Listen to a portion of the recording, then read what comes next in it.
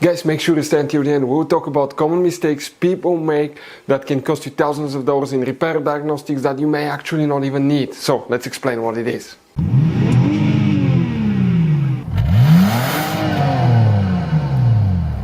Hey guys, welcome back to World Mechanics. Super quick, very helpful video to any of you having problems where you need to find, guys, the ignition coils, fuses, relays on Jeep Grand Cherokee, that generation here. Please guys, do not waste any money on parts, tools, diagnostics until you watch that video. It could be a really simple fix if you have problems with ignition coils. After that, if you need to buy, guys, any replacement parts, tools, fuses, ignition coils, we'll share, guys, the links in the description of the video below. Check it out and you can see where we can get most of our tools and supplies from as well. Let's start on it now. Before we start, guys, every single car we get here at the garage, we try to make at least 200 to 300 free repair videos. We take them completely apart. We show you how to fix engines, transmission, codes, fuses, relays, because our mission at the shop is to save you as much money as we can. That's why we make these free videos. By the way, guys, if you have a Jeep Grand Cherokee with a V6 3.6 engine, guys, we'll have video on that engine, replacing, taking it completely apart, replacing almost any component you can think of, transmission as well. Why we do that? To save you money. Check it out. All this video will be on the channel, guys. In addition, on our YouTube channels, we have more than 19,000 free repair videos that can save you thousands of dollars in future repairs. So let's go ahead and start on it now. Ignition coils, fuses, relays come to explain what you can expect to find them on that generation Jeep Grand Cherokee. Guys, you have two different types of fuse boxes depending on the year model of your Jeep Grand Cherokee. We'll explain about each one of those. Open the hood and facing the engine on the left side of your Jeep Grand Cherokee is the main engine fuse box. When you open that cover, you'll find a fuse box with a layout like this one for 2014 to 2022 year model. This is 2011 to 2013 year model. Before we guys continue, let's explain quickly why it's always a good idea to test fuses and relays. Guys, it's very important to always test your fuses and relays. Why? Sometimes you may think you have a good fuse, guys. It's hard to tell. Look at those fuses, right? And sometimes, okay, you pull the fuse. Okay, I'm going to get the fuse puller and I'm going to remove one fuse.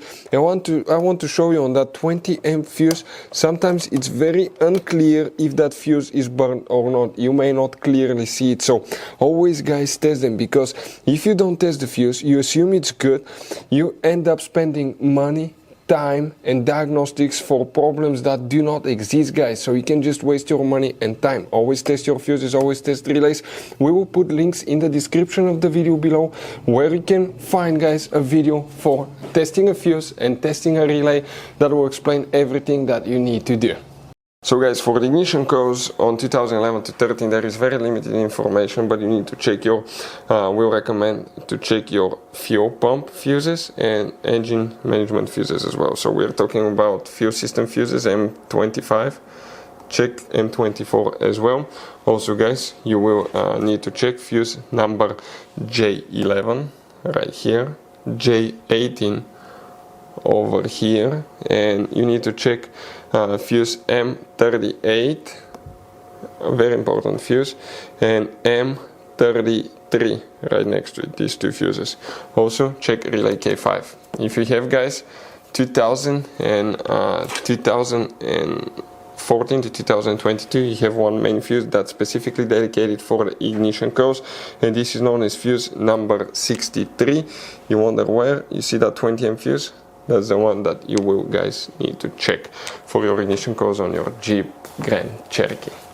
Guys, as you can see, this Jeep Grand Cherokee has all kinds of different fuses, relays, JKs, mini blade fuses, the CB fuses, different kinds of relays as well, depending on the year and model. They may differ, but some of those could be really hard to find if you're in the middle of nowhere. That's why, guys, what we recommend, we always keep some spare ones in the glove box for a peace of mind. We'll share the links in the description of the video below. Check it out, where we get most of our tool supplies from as well. We can get fuses, relays, usually at a good price there as well. Hopefully, guys, the video was helpful. Our mission is to save you as much money as we can. Thank you for watching and see you next time.